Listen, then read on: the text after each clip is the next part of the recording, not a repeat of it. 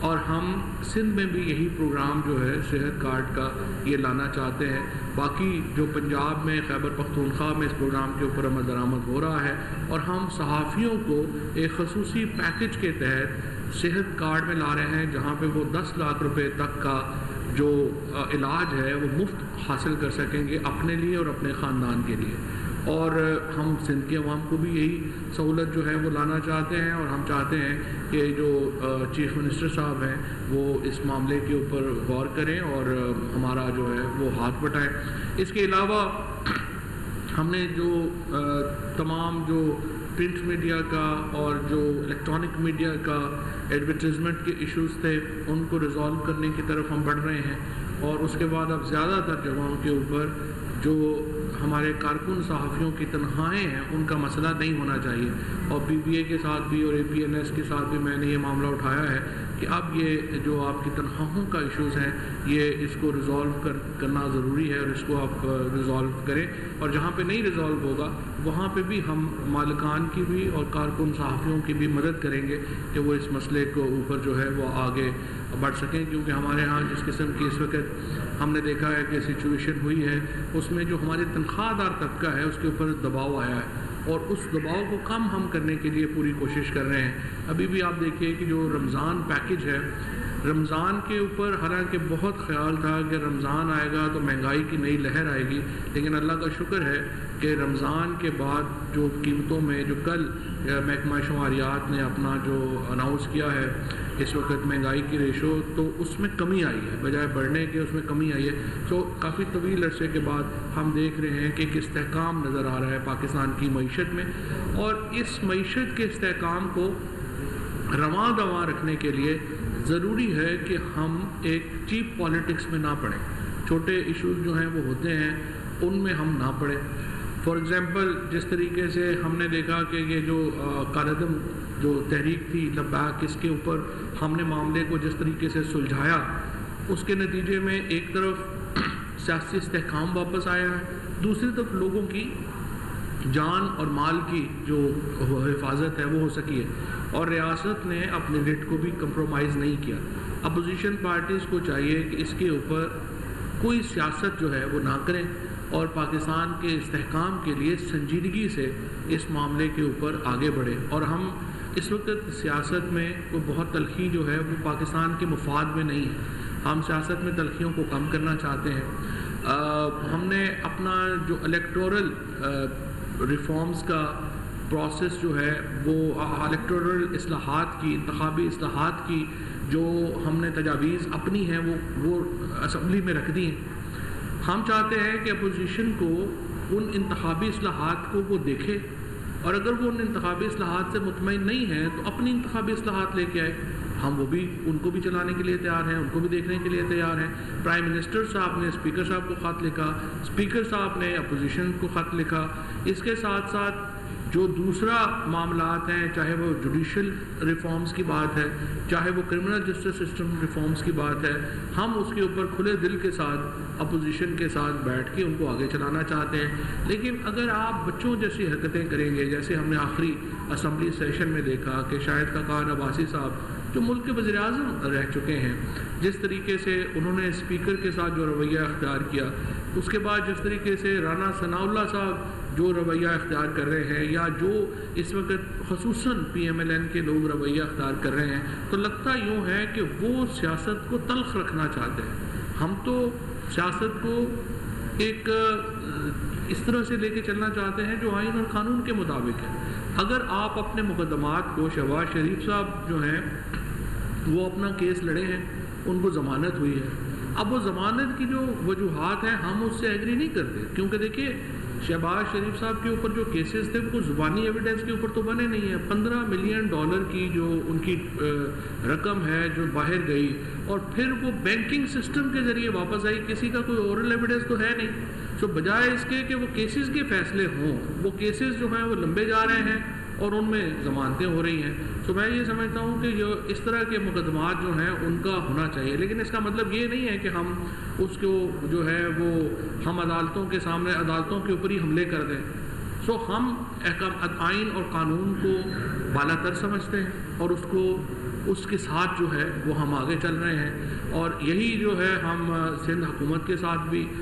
جو پوری کوآپریشن ہے وہ ہم کر رہے ہیں۔ سندھ حکومت کی طرف سے اگر کوآپریشن نہیں ہوتی، اور کئی جگہوں پہ جس طرح سے یہ میں نے صحت کارڈ کا آپ کو معاملہ دیا ہے، اسی طریقے سے خود پیپلز پارٹی نے یہ وعدہ کیا تھا کہ فاٹا کا جو پیسہ ہے جو NFC سے فاٹا کو دیا جائے گا وہ فاٹا کو نہیں ملا۔ اسی طریقے سے جو وعدے کیے پیپلز پارٹی نے وہ پورے نہیں کیے ہیں، اور انفارچونیٹلی 2 سالوں میں 1600 ارب روپیہ جو سندھ میں آیا ہے اس کی اکاؤنٹیبلٹی بھی کوئی نہیں ہو رہی، اور ہمارے جو MP صاحبان یہاں پہ بیٹھے ہیں، لیڈر آف اپوزیشن یہاں پہ بیٹھے ہیں، جب وہ سوال کرتے ہیں تو ان کے اوپر دہشت گردی کے پرچے کیے جاتے ہیں۔ آپ نے دیکھا کہ علیم عادل شیخ نے جس طریقے سے ان کے اوپر جو پرچے ہوئے، جس طریقے سے انہوں نے کیس فائٹ آؤٹ کیا، ہمارے MPs کے سے سیکیورٹی وڈرا کر لی، صرف یہ سوال اٹھانے کے اوپر کہ آخر اتنا پیسہ جو سندھ میں آیا ہے وہ گیا کدھر ہے۔ اس کا حساب کتاب جو ہے وہ بہرحال ہونا چاہیے، یہ عوام کا پیسہ ہے، اور وہ پیسہ جو ہے اس کی کوئی ہمارے سامنے آنی چاہیے کہ آپ نے ان پیسوں کا کیا کیا ہے، کدھر گئے ہیں، کیسے لگے ہیں۔ اور اب آپ کراچی کی سچویشن دیکھیں، وہ کراچی والے کہہ رہے ہیں کہ نہیں، ان کو بتایا جاتا ہے کہ نہیں ہم نے تو اور علاقوں میں لگا دیے ہیں، اور علاقوں میں دیکھیں تو دیکھیں گھٹکی کا کیا حال ہے جس کے اوپر آپ تیل کی سبسڈی لے رہے ہیں۔ آپ اس وقت اگر سندھ کو جو تیل میں گیس کی جو سب سے زیادہ سبسڈی مل رہی ہے وہ تو گھوٹکی کی ذخائر میں ملتی ہے، تو وہاں پہ ان کو کیا ملتا ہے، بدین کو کیا ملتا ہے، باقی اضلاع کو کیا ملتا ہے۔ سو پورے سندھ کو ایک کھنڈرات میں تبدیل کر دیا گیا ہے، جو ظاہر ہے یہ اہم سوال ہیں جو ہمارے یہاں کے جو نمائندے ہیں وہ ہمیشہ سامنے رکھتے ہیں۔ ان کا جواب آنے کے بجائے ان پہ مقدمات اگر آپ بنا دیں گے تو یہ تو کوئی طریقہ جو ہے وہ نہیں چلے گا۔ بہرحال ہم پھر سمجھتے ہیں کہ حکومت میں رہتے ہوئے ہم آگے بڑھنا چاہتے ہیں، ہم اصلاحات کی طرف بڑھنا چاہتے ہیں، اور یہی وہ سوچ ہے جس کی بنیاد کے اوپر ہم اپوزیشن کے ساتھ ڈیل کرنا چاہتے ہیں۔ یہ بتا دیں کہ آج یہ بلاول کو سرکاری کو بیان جاری کیا گیا ہے،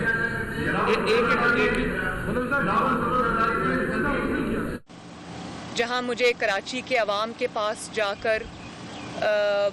حاضر ہونا تھا، ان کے ساتھ وقت بتانا تھا،